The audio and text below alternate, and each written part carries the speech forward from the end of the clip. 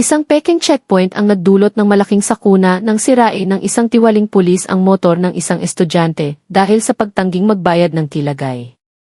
Ang hindi nila alam, ang estudyanteng iyon ay anak pala ng isang kilala at kinatatakutang general ng hukbong sandatahan. Nagitngit sa galit ang ama at nagpadala ng tangke sa presinto ng pulisya. Doon, nabunyag ang isang malawak na network ng pangingikil na matagal nang nagpapahirap sa mga mamamayan. Mula sa isang sirang motorsiklo, isang malakas na lindol ang yumanig sa institusyon, nagtanggal sa mga tiwaling opisyal, at gumimbal sa buong bansa.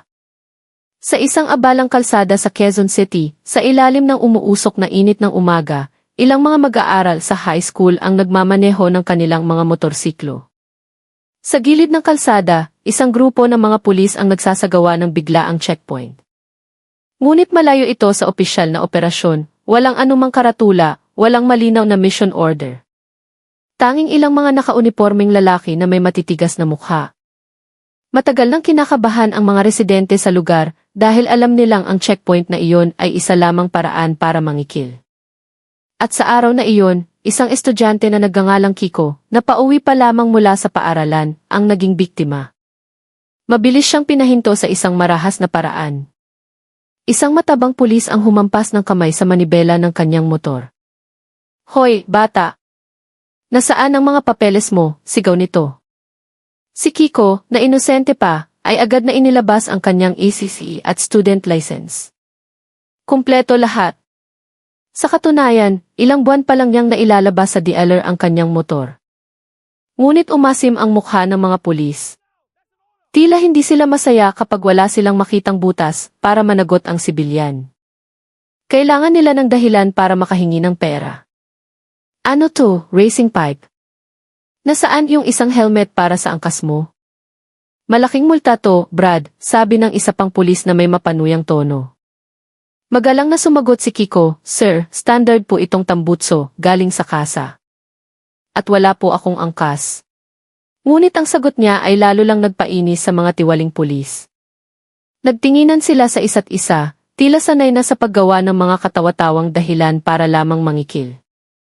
Lumapit ang matabang pulis, si F.Tatloberto Cruz, at tinapik ang balikat ni Kiko. "Makinig ka, gusto mo ba ng mahabang proseso sa korte, o gusto mo ng mabilis na areglo dito?" Nagsimulang maintindihan ni Kiko kung saan patungo ang usapan. Napalunok siya.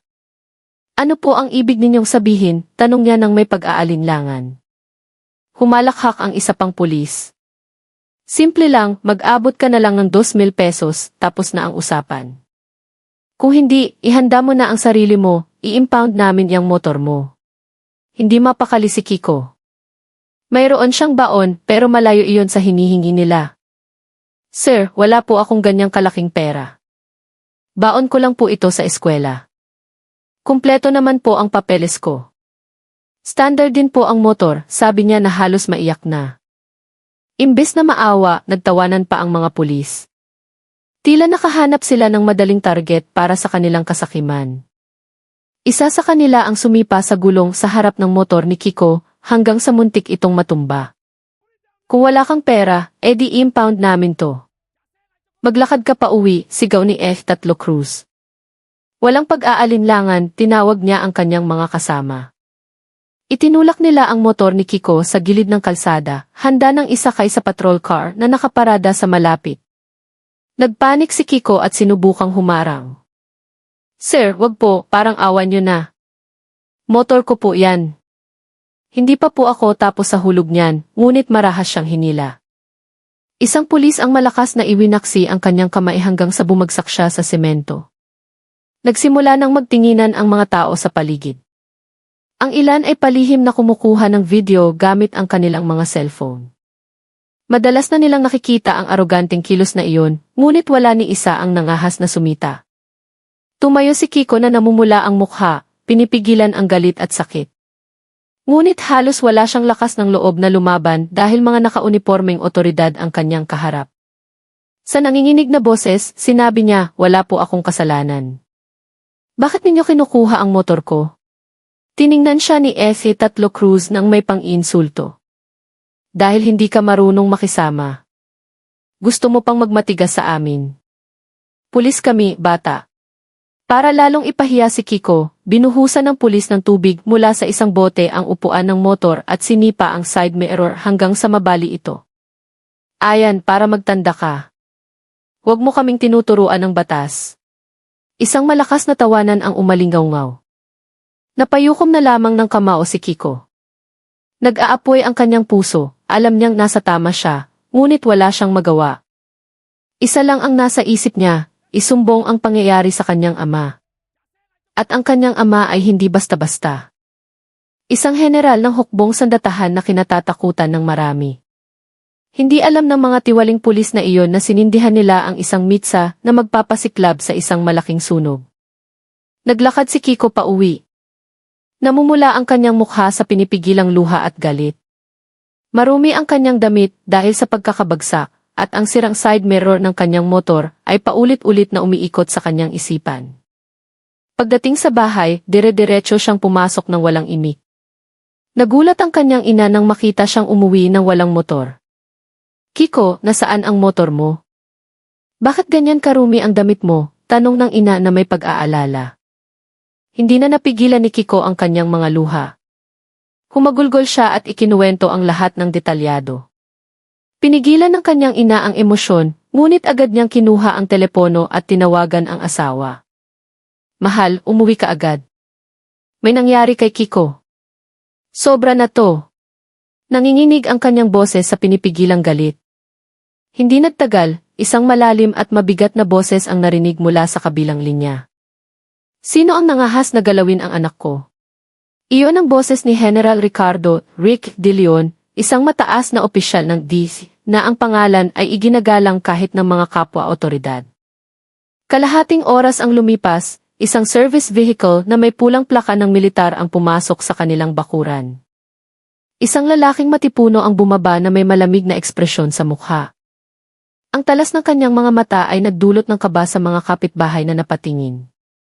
Nilapitan niya ang kanyang anak, tinapik ang balikat ni Kiko na humihikbi pa rin. Ikwento mo ang lahat, anak. Walang kang itatago, sabi niya sa mababang boses, ngunit may bigat ng otoridad. Ikinuwento ni Kiko ang lahat mula simula, kung paano sinipa ni Effie Tatlo Cruz ang kanyang motor, kung paano siya pinilit magbigay ng lagay, hanggang sa pagbuhos ng tubig sa upuan. Bawat salitang lumalabas sa bibig ni Kiko ay nagpatindig sa mga ugat sa sentido ng general. Ang kanyang malalaking kamay ay mahigpit na nakakuyom, halos magpatunog sa kanyang mga buto. Niyakap na lamang ng ina ang braso ng asawa, nag-aalala na baka sumabog ang galit nito anumang oras. So, naglakas loob silang ipahiya ang sarili kong dugo sa harap ng publiko. Umalingaw-ngaw ang boses ng general sa sala, na tila nagpayanig sa buong bahay. Dahan-dahang tumango si Kiko, nakayuko pa rin. Naging madilim ang mukha ni General De Leon. Hindi lamang ito galit bilang isang ama, kundi bilang isang sundalo na alam na ang pag-abuso sa uniforme ay isang pagtataksil sa bayan. Walang maraming salita, kinuha niya ang kanyang telepono. Agad niyang tinawagan ang mga mahahalagang numero. Kailangan ko ng kumpletong ulat tungkol sa illegal na checkpoint sa highway malapit sa palengke ng Cubao. Lahat ng video ng mga residente ipadala agad sa akin.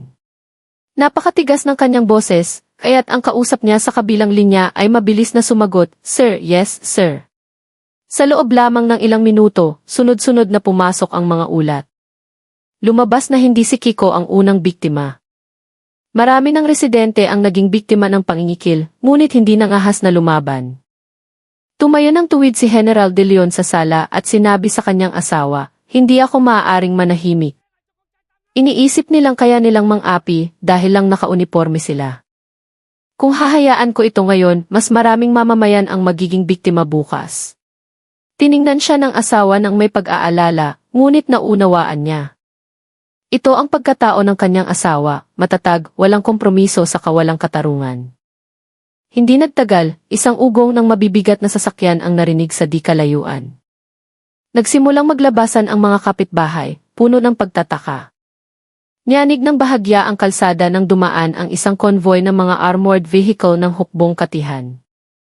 Dahan-dahang gumalaw ang mga tangke at truck ng militar patungo sa iisang destinasyon, ang presinto ng pulisya, kung saan nakatalaga ang mga tiwaling opisyal. Ang kaluskos ng mga tanikala ng tangke ay nagpatindig ng balahibo ng mga residente. Nagbulungan sila, anong nangyayari? Bakit may mga tangke? Sa loob ng command vehicle, nakaupo si General De Leon na may malamig na ekspresyon. Hawak niya ang kanyang sombrero. Diretso ang kanyang tingin. Sa kanyang puso, iisa lang ang layunin, kukunin niya mismo ang motor ng kanyang anak at titiyaking pagbabayaran ng mga tiwaling iyon ang kanilang kayabangan. Pagdating sa harap ng presinto, nagkagulo. Ang mga pulis na nagbabantay ay agad na namutla nang makita ang hanay ng mga tangke na huminto mismo sa gate. Bumaba ang ilang sundalo, kumpleto sa armas, ngunit nanatiling disiplinado. Maayos silang pumila, naghihintay ng utos. Isang maliit na sirena ang umalinggaw-ngaw mula sa loob ng presinto, tanda ng pagpanik ng mga pulis. Lumabas ang general mula sa sasakyan, tumayo ng tuwid sa harap ng gate. Malamig ang kanyang mukha, malakas ang kanyang boses.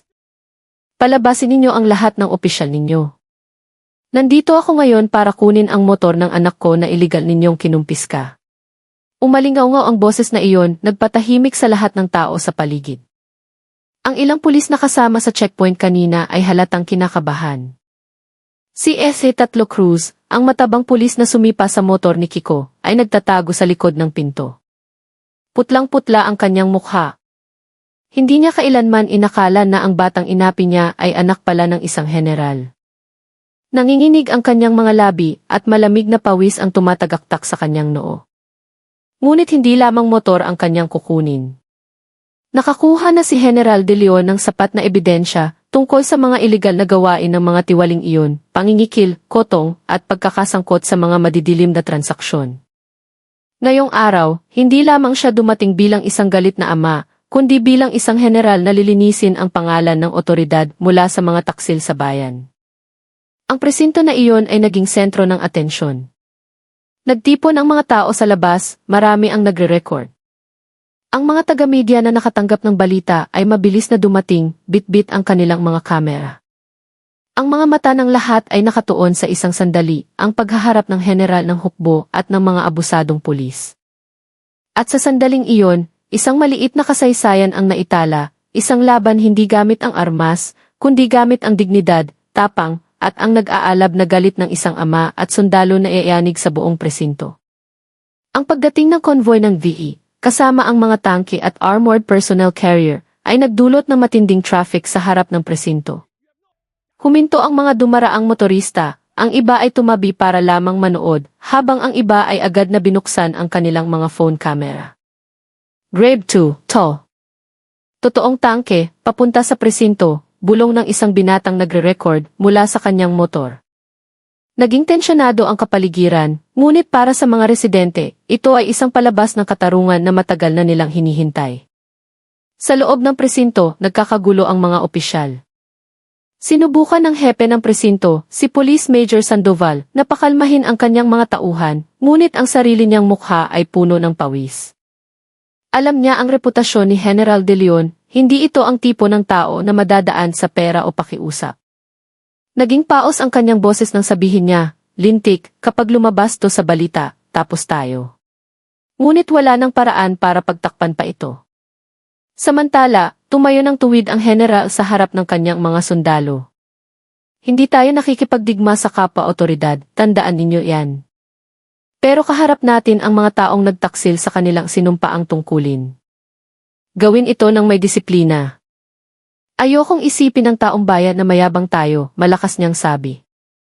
Sabay-sabay na sumagot ang mga sundalo, Sir, yes, sir.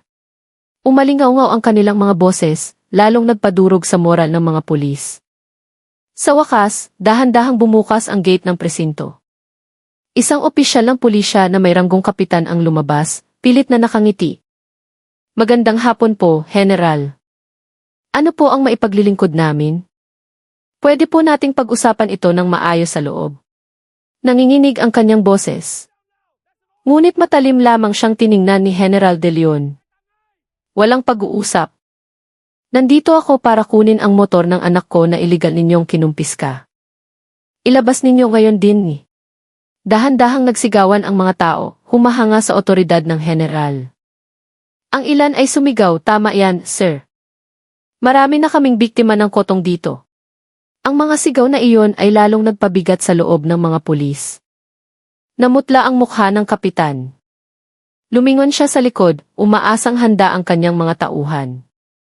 Ngunit ang nakita niya ay mga takot na mukha ng mga tiwaling opisyal. Ang ilan ay nagsimula ng magtago sa loob ng mga opisina. Bigla, si Kiko, nakasama sa grupo, ay tumayo sa tabi ng kanyang ama. Sa nanginginig ngunit malinaw na boses, itinuro niya ang matabang pulis na nagtatago. Siya po, itay. Siya po ang sumira ng motor ko. Siya ang sumipa, nagbuhos ng tubig, at pumilit sa aking magbayad ng lagay. Lahat ng mata ay napatingin kay Berto Cruz. Namula ang kanyang mukha at nanigas ang kanyang katawan. Nagsimulang magsalita ang mga tao. Tama. Ganyan din ang ginagawa niya sa amin. Nakotongan na rin kami niyan. Humarap si General De Leon. Ang tunog ng kanyang mga bota ay umalinggaw sa sementadong sahig ng presinto. Tumayo siya mismo sa harap ni Cruz. Ikaw ang nangahas na ipahiya ang anak ko. Ikaw ang nangingikil sa mga mahihirap gamit ang uniforme mo. Ang kanyang boses ay mabigat, parang kulog na tumama. Nanginginig ang pulis, hindi makasagot. Malakas ang agos ng kanyang pawis. Hindi siya nangahas na tumingin. Sa isang mabilis na kilos, hinawakan ng general ang kwelyo ng uniforme ng pulis. Hinila niya ito sa harap ng mga tao. Tingnan ninyo ito. Ito ang mukha ng isang taong nagdudungis sa pangalan ng kapulisan. Isang duwag na matapang lang sa mga mahihirap pero takot sa katotohanan. Muling nagsigawan ang mga tao. Ang ilan ay pumalakpak pa. Sinubukan ni Cruz na pumiglas, ngunit masyadong malakas ang pagkakahawak ng general. Agad na lumapit ang kapitan na sumubok makipagnegosasyon. General, pakiusap, pag-usapan natin. Ngunit bago pa niya matapos ang kanyang sasabihin, pinutol siya ng matalim na tingin ni General De Leon. Tumahimik ka. Hinayaan mong maghari-harian ang mga tauhan mo. Nagbulag-bulagan ka sa paghihirap ng taong bayan. Kasabwat ka rin nila. Ang mga salitang iyon ay lalong nagpainit sa sitwasyon. Sa likod, nagsimula ng kumilos ang ilang sundalo. Pumasok sila sa bakuran ng presinto, binuksan ang bodega ng mga ebidensya. At tama nga, natagpuan doon ang motor ni Kiko. Basta na lang inilagay na may sirang side mirror. Hindi lang iyon, may dose-dose ng iba pang motor na kinumpiska sa mga hindi malinaw na dahilan. Ang mga taong nanonood ay agad na sumigaw, "Iyan ang motor ko, sir." Ilang buwan nang hindi binabalik. Agad na kinunan ng mga taga-media ang sandaling iyon. Nirecord ng mga kamera ng DC ang mga natatarantang mukha ng mga pulis at ang galit na mukha ng general. Nagbulungan ang mga reporter, magiging malaking balita to. Tangke ng DC, sinugod ang mga kotongkop. Siguradong magugulo ang buong bansa. Samantala, ang mga netizen na nagre-record gamit ang kanilang mga cellphone ay nagsimulang mag-livestream sa social media. Libo-libo ang nanonood. Bumuhos ang mga komento. Si Cruz, na hawak pa rin ng general, ay hindi na nakatiis. Lumuhod siya sa sahig at nagmakaawa, "Patawad po, general. Sumusunod lang po ako sa utos. Nagkamali po ako. Patawad po," ngunit ang kanyang mahinang boses ay natabunan ng sigawan ng mga taong sawang-sawa na sa kanyang mga ginagawa.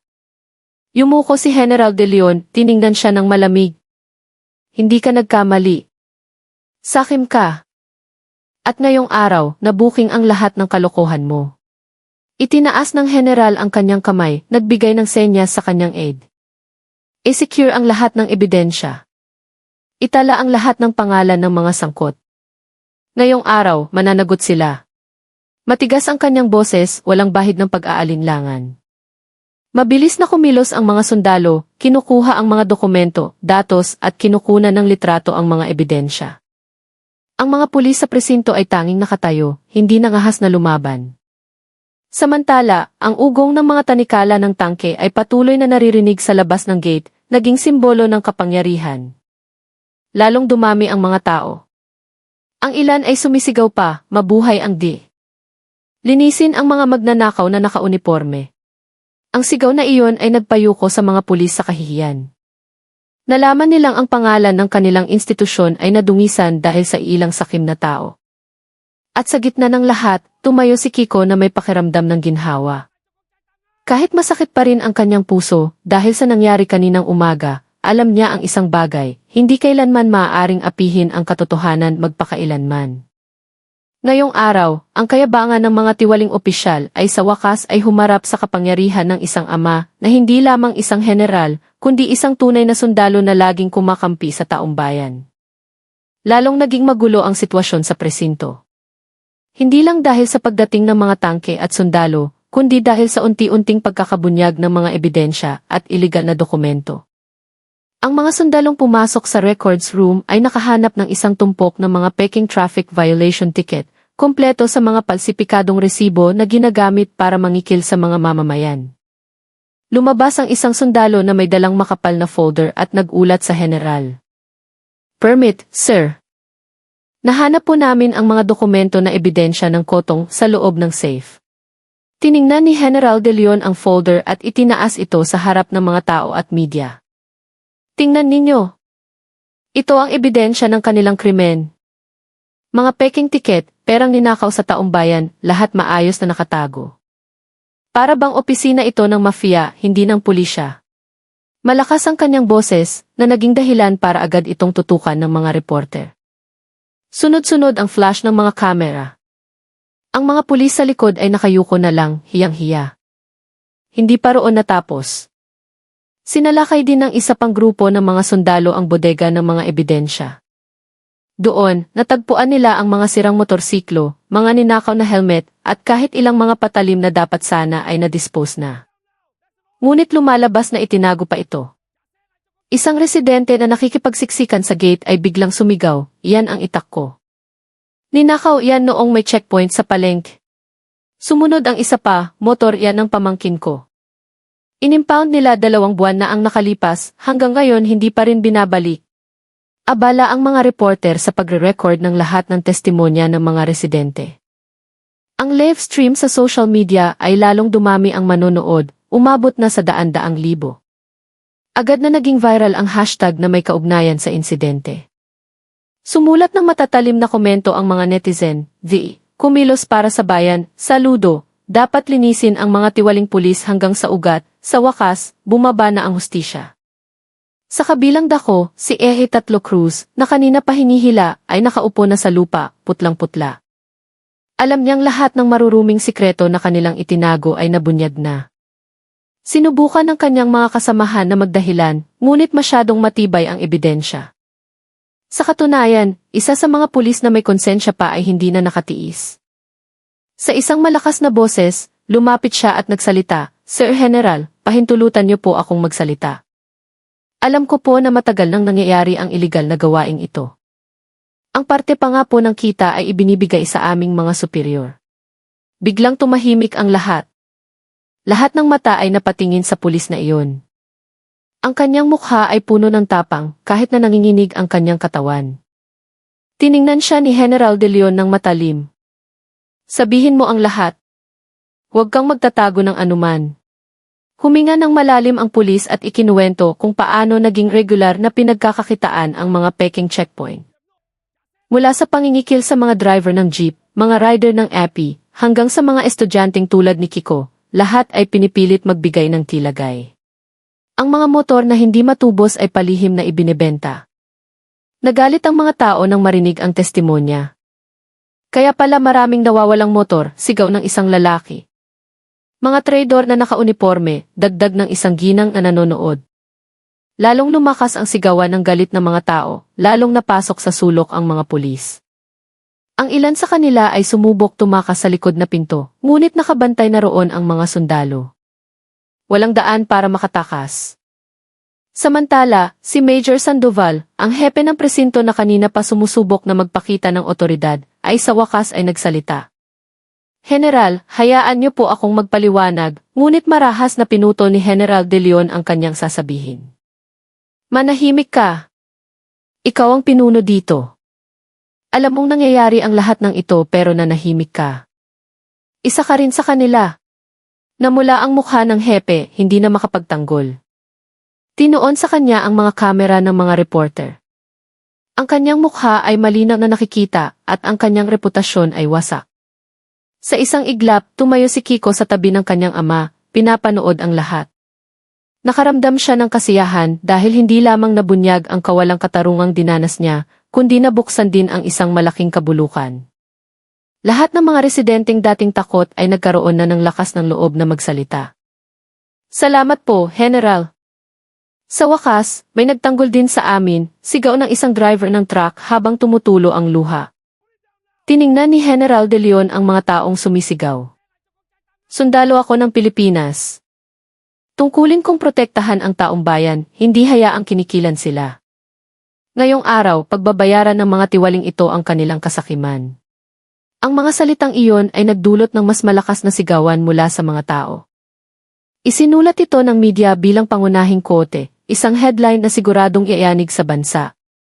Nang malaman na hindi na matatakpan ang sitwasyon, ilang pulis na tapat pa rin sa kanilang tungkulin ang lumapit sa general. Yumuko sila bilang paggalang. Sir General, handa po kaming tumestigo. Hindi na po namin matiis ang asal ng aming mga kurakot na senior. Seryoso ang kanilang mga mukha, nagpapakita na mayroon pa ring mga alagad ng batas na may integridad. Tumango si General De Leon. Sige, itatala ko ang inyong mga pangalan. Dapat manaig ang katotohanan. Nagbigay siya ng isa pang utos sa kanyang aide. Tawagan ang Pimpiyas. Papuntahin sila dito ngayon din. Lahat ng tiwaling opisyal dito ay sisibakin ngayong gabi. Ang utos na iyon ay lalong nagpainit sa sitwasyon. Si S.A. Tatlo Cruz at ang kanyang mga kasamahan ay namutla. Ang ilan ay napaupo na lang. Ang ugong ng mga makina ng tangke ay marahan pa ring naririnig, tila musika sa pagbagsak ng moralidad ng mga tiwaling pulis na iyon. Patuloy na nagre-record ang mga kamera. Ang mga mukha ng mga pulis na nahuli ay malapit ng i-broadcast sa buong bansa. Wala nang atrasan. Nahulog na sila sa bitag na sila mismo ang gumawa. At sa gitna ng lahat ng kaguluhan, isang bagay ang malinaw, ngayong araw ay hindi lang tungkol sa motor ni Kiko. Ito ang simula ng isang malaking pagbubunyag na ang uniforme ay hindi isang kalasag para gumawa ng kasamaan. At si General De Leon ay tumayo bilang simbolo na ang katotohanan ay laging may paraan para manalo. Lalong tumindi ang tensyon sa presinto ng isa pang sirena ang marinig na papalapit. Hindi ito karagdagang pulis, kundi mga sasakyan ng PPS, Internal Affairs Service, mula sa Camp Crame. Huminto ang mga sasakyan sa harap ng gate na binabantayan ng mga tangke. Bumaba ang ilang mataas na opisyal ng seryoso ang mga mukha, may dalang malalaking folder at internal cameras. Ang kanilang pagdating ay nangangahulugan ng isang bagay, desisyon ang gagawin sa oras na iyon din, nang walang mahabang paglilitis. Malamig na tiningnan ni General De Leon ang kanilang pagdating. Lumapit siya para salubungin ang opisyal ng Nakalap ko na ang mga ebidensya, mga testigo, at mga reklamo ng taong bayan. Lahat ay nandito, sabi niya habang inaabot ang isang makapal na folder na puno ng mga dokumento at litrato mula sa investigasyon. Tinanggap ito ng opisyal ng nang may paggalang at malakas na sinabi, "Salamat, General. Mula ngayon, kami na ang bahala sa internal na proseso. Lahat ng miyembrong sangkot ay dadaan sa tamang proseso. At ngayong gabi mismo, ilalabas ang kanilang dismissal order." Nagsigawan ang mga taong nakarinig. Mabuhay ang IITS! Linisin ang mga kotong kop, sigaw ng isang tao mula sa FEN. Masinsinang kinunan ng media ang sandaling iyon, alam na ito ang magiging pambansang headline. Abala ang mga reporter sa pagsusulat. Live na ipinalabas ng mga GE station ang pangyayari. Lalong umingay ang social media. Ang hashtag na Tangkevs Kotong Cops ay naging numero 1 trending topic. Si S.A. Tatlo Cruz, na kanina pa ipinahiya, ay hinila ng mga miyembro ng sa harap. Basang-basa ang kanyang mukha sa pawis, nang hihina ang kanyang mga tuhod. Binasa ng isang opisyal ng ang isang dokumento ng malakas. Sa pangalan ni S.A. Tatlo Alberto Cruz, na patunayang nagsagawa ng pangingikil, paninira ng ari-arian ng mamamayan at pag-abuso sa kapangyarihan. Dahil dito, ikaw ay tinatanggal sa serbisyo, dishonorably discharged, epektibo ngayong gabi. Ang mga salitang iyon ay parang martilyong dumurog sa natitirang dignidad niya. Napaluhod si Tatlo Cruz. Ang kanyang mukha ay kasing putla ng isang bangkay. Sumigaw ang mga tao, ang ilan ay naglabas ng kanilang galit sa pamamagitan ng panunuya. Buti nga sayo, sigaw ng isang ina na dati niyang kinikilan. Ang mga sigaw na iyon ay hindi lang panlalait, kundi pagpapalabas ng matagal ng kinikimkim na galit ng komunidad. Hindi lang si Cruz. Isa-isang tinawag ang pangalan ng iba pang tiwaling opisyal. Mayroong sumubok magdahilan, mayroong umiyak at mayroon ding tahimik na lang na sumuko. Lahat sila ay pareho ang sinapit, sinibak sa pwesto. Isa-isang tinanggal ang kanilang mga uniforme. Inalis ang kanilang mga tsapa at sombrero sa harap ng taong bayan.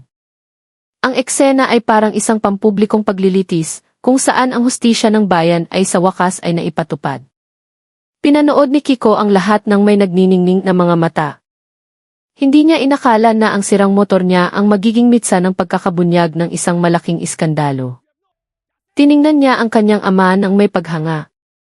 Sa kanyang puso, sinabi niya, ang Itay ay hindi lang isang general, siya ay isang tagapagtanggol ng bayan. Napakuyom ang kanyang kamao, hindi dahil sa galit, kundi dahil sa matinding ginhawa. Samantala, si Major Sandoval, ang hepe na sumubok magtakip, ay kinalagkad din. Malamig na binasa ng opisyal ng IHI ang kanyang hatol. Bilang pinuno, ikaw ang may pananagutan sa lahat ng kilos ng iyong mga tauhan. Dahil dito, tinatanggal ka sa iyong posisyon at ibinababa ang iyong ranggo. Sasailalim ka rin sa karagdagang proseso ng batas. Wasak ang mukha ng hepe. Wala na siyang masabi. Lalong umugong ang sigawan ng mga tao. Ang ilan ay umiyak sa ginhawa, lalo na ang mga dating biktima ng pangingikil. Sa wakas, pinakita ng Diyos ang hustisya, sigaw ng isang matandang lalaki habang itinaas ang kanyang mga kamay sa langit. Nakuha ng media ang sandaling iyon, ginawa itong simbolo na ang paglaban ng maliliit na tao ay hindi kailanman masasayang kung nasa panig nila ang katotohanan. Tumayo ng tuwid si General De Leon, tinitingnan ang hanay ng mga pulis na tinanggalan ng uniforme. Tandaan ninyo ang mga mukha ng mga taong inapi ninyo. Tandaan ninyo kung paano kayo ipinahiya ngayong araw. Ang uniforme ay hindi kalasag para maging siga. Mula ngayon, hindi na kayo pulis, kundi mga kriminal na haharap sa korte. Umalingaw-ngaw ang kanyang boses, lalong nagpadrama sa eksena sa pambansang telebisyon. Live itong ipinalabas. Sabi ng isang news anchor na may nanginginig na boses, mass firing ng mga tiwaling pulis sa harap ng taong bayan. Nagpadala ng tangke si General De Leon para ipaglaban ang hustisya para sa mamamayan. Isang bagong kasaysayan ang naitala ngayong gabi. Ang palabas na iyon ay naging usap-usapan sa buong bansa, mula sa mga kapihan hanggang sa mga gusali ng gobyerno. Binaha ng suporta ang social media. Marami ang nag-upload ng video ni Kiko na matapang na itinuro ang pulis hanggang sa pagdating ng mga tangke sa harap ng presinto. Bumuhos ang mga papuri, ito ang tunay na lingkod bayan, saludo kay General De Leon. Matapang na lumaban sa mafia na nakauniforme, kung lahat ng opisyal ay ganito, panatag sana ang bayan. Samantala, sa wakas ay naibalik ang sirang motor ni Kiko. Nakabitin pa rin ang baling side mirror. Basa ang upuan dahil sa pagbuhos ng tubig. Ngunit ngayon, ang motor na iyon ay naging simbolo ng paglaban. Inilabas ito ng mga sundalo at ibinalik kay Kiko sa harap ng lahat. Heto na, iho. Ang motor na ito ang saksi sa iyong katapangan, sabi ng isang sundalo habang tinatapik ang kanyang balikat. Muling nagsigawan ang mga tao, marami ang pumalakpak. At sa gitna ng lahat, marahang sinabi ni General De Leon sa kanyang anak, ngunit malinaw na narinig ng mga mikropono ng reporter, tandaan mo, Kiko, huwag kang matatakot na labanan ang kawalang katarungan. Gaano man kaliit, ngayong araw, naging dahilan ka para ngumiti ang libo-libong tao. Ang mga salitang iyon ay nagtapos sa gabi ng may malalim na kahulugan, tila isang mensahe para sa buong bansa. Sa araw na iyon, ang presinto ay hindi na simbolo ng takot, kundi isang entablado ng hustisya. At ang kwento nito ay patuloy na ugong, isang estudyanteng inapi, isang amang nagalit, at isang tangke na naging saksi sa pagtindig ng katotohanan. Kinabukasan, ang balita tungkol sa general na nagdala ng tangke sa presinto ay pumuno sa mga screen ang telebisyon. Halos lahat ng istasyon ay nagpalabas ng mga dramatikong eksena, ang paghinto ng tangke sa harap ng presinto, ang pagsisigawan ng mga tao, at ang pagtanggal ng uniforme sa mga tiwaling opisyal sa harap ng publiko. Tinawag ito ng mga news anchor na pinakagimbal na insidente ng taon na naglantad sa kabulukan ng mga abusadong otoridad sa mata ng lahat. Sa social media, ang video ni Kiko na itinuturo ang matabang pulis ay naging viral na may milyon-milyong views. Ang hashtag na #HeneralsKotongKops ay nanatili sa tuktok ng trending topics. Gumawa ang mga netizen ng mga meme, poster, at kahit maikling comics na naglalarawan sa katapangan ng general at sa katangahan ng mga tiwaling pulis. Parang pelikula, komento ng isang tao. Pero totoo ito, at ito ang Pilipinas, sagot ng isa pa. Naglabasan din ang reaksyon ng publiko. Sa mga kapihan, pinag-usapan ng mga tao ang kaso ng may sigasig. Tingnan mo, mayroon pa palang mga otoridad na tunay na nagtatanggol sa taong bayan, sabi ng isang lalaki habang nakaturo sa maliit na gigi sa sulok. Kung walang general na iyan, baka tuloy-tuloy pa rin ang kotong, sagot ng kanyang kaibigan. Ang parehong usapan ay maririnig sa mga kampus, palengke, at maging sa mga terminal ng bus. Ngunit ang ingay ng kasong ito ay hindi lamang sa antas ng mamamayan. Sa pamahalaan, isang emergency meeting ang idinaos. Ang kalihim ng tanggulang pambansa, ang hepe ng EHEC, hanggang sa Pangulo ay nakatanggap ng opisyal na ulat. Seryoso ang mukha ng Pangulo nang buksan niya ang pulong. Hindi ito tungkol lang sa motor ng isang estudyante. Ito ay tungkol sa dangal ng ating mga otoridad sa mata ng bayan. Kung hindi ito haharapin, maaaring gumuho ang tiwala ng publiko. Tumango ang lahat ng opisyal, alam na kritikal ang sitwasyon. Ang hepe ng EHEC na naroroon ay halatang tensyonado. Nangako siya sa harap ng Pangulo na magsasagawa sila ng mas malawakang paglilinis sa kanilang hanay. Kakasuhan namin ang sinumang mapatunayang sangkot sa pangingikil. Wala nang tolerance, sabi niya na may madilim na mukha. Ang pangakong iyon ay agad na lumabas sa balita, ngunit may pagdududa pa rin ang publiko. Tingnan natin ang gawa, huwag puro salita, komento ng isang political analyst sa TSI. Samantala, si General De Leon ang naging sentro ng atensyon. Hinahabol siya ng mga reporter saan man siya magpunta. Ngunit nanatiling kalmado ang general. Ginawa ko lang ang nararapat. Ang anak ko ay isa lamang halimbawa ng libo-libong maliliit na tao na biktima. Huwag nating ituon ang pansin sa tangke na dinala ko, kundi sa kabulukan na matagal nang pinabayaan, malamig niyang sabi. Ang mga salitang iyon ay naging gintong kote na paulit-ulit na binanggit sa media. Si Kiko mismo ay biglang sumikat. Sa kanyang paaralan, sinalubong siya na parang bayani. Tinapik siya ng kanyang mga kaklase, pinuri siya ng mga guro dahil sa kanyang tapang na magsalita. Sa kabila nito, nanatiling mapagkumbaba si Kiko. Biktima lang po ako. Ang tunay na magaling ay ang aking ama at ang lahat ng taong naglakas loob na magsalita, sabi niya nang ma-interview ng media. Simple ang kanyang mga salita, ngunit umantig sa maraming puso. Malaki ang naging epekto nito sa kalye. Sa iba't ibang lugar, nagsimulang maging matapang ang mga tao na mag-record at mag-report kung may mga peking checkpoint o pangingikil. Naglabasan ang mga katulad na video sa social media, nagpapakita na hindi na takot lumaban ang mga tao. Ang ilang mga tiwaling otoridad ay agad na umaatras kapag nakikitang nakatutok sa kanila ang kamera. Tapos na ang panahon ng takot, komento ng isang aktivista. Ngunit hindi lahat ay natuwa sa nangyari. May ilang opisyal na nakaramdam na nadungisan ang kanilang institusyon. May mga negatibong komento na sinisisi si General De Leon sa pagpapahiya sa pulisya sa publiko. Ngunit mas malakas ang boses ng taong bayan. Kung hindi ipinakita sa harap ng lahat, may magbabago ba? Sulat ng isang netizen na nakakuha ng libo-libong likes. Sa komunidad ni Kiko, puno ng pagmamalaki ang kapaligiran. Ikinuwento ng mga residente sa sinumang dumating kung paano nila nasaksihan ang mga tangke na nakaparada sa harap ng presinto. Nakita ko mismo ng dalawang mata ko. Ganon kalaki ang tangke. Ang tunog ng tanikala niya, nagpatindig ng balahibo ko, kwento ng isang binata. Kumalat ang kwento mula sa bibig hanggang bibig, nagdagdag sa alamat ng pangyayari. Maging ang dayuhang media ay nagulat. Sumulat ang ilang pahayagan sa ibang bansa, Philippine General brings tanks to police station to confront corruption. Nagulat ang mundo, ngunit marami ang pumuri sa matapang na aksyon. Ang Pilipinas ay biglang naging sentro ng atensyon, hindi dahil sa gulo, kundi dahil sa katapangan ng isang general na lumaban sa mga tiwaling opisyal. Iniulat ng PPS ang kanilang paunang investigasyon. Lumabas na ang network ng pangingikil ay hindi lamang sa isang presinto, kundi kumalat na sa iba pang lugar. Pareho ang kanilang modus, bigla ang checkpoint, lagay at kumpiskasyon ng mga gamit. Lalong yumanig ang katotohanan ito. Humiling ang publiko na magkaroon ng pambansang paglilinis.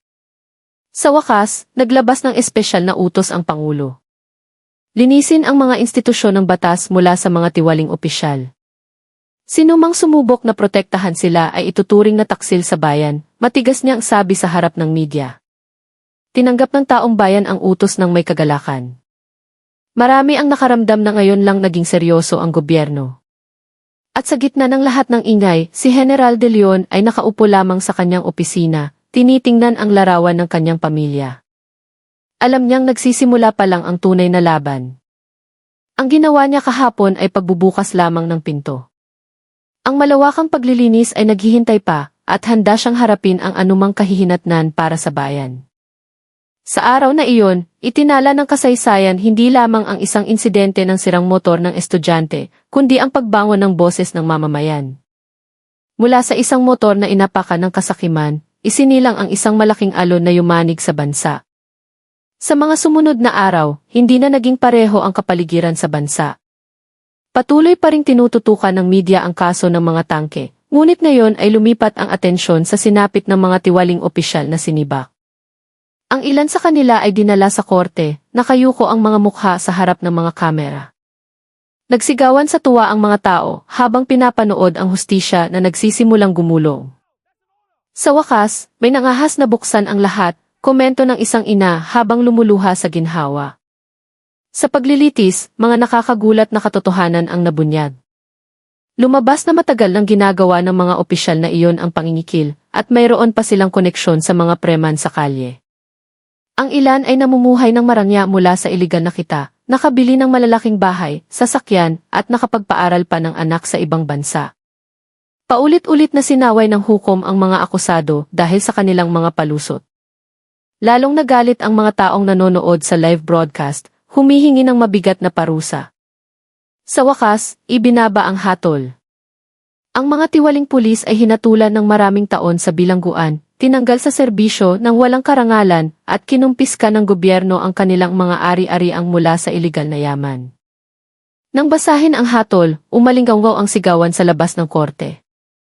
Nagyakapan ang mga estudyante, aktivista at mga ordinaryong mamamayan.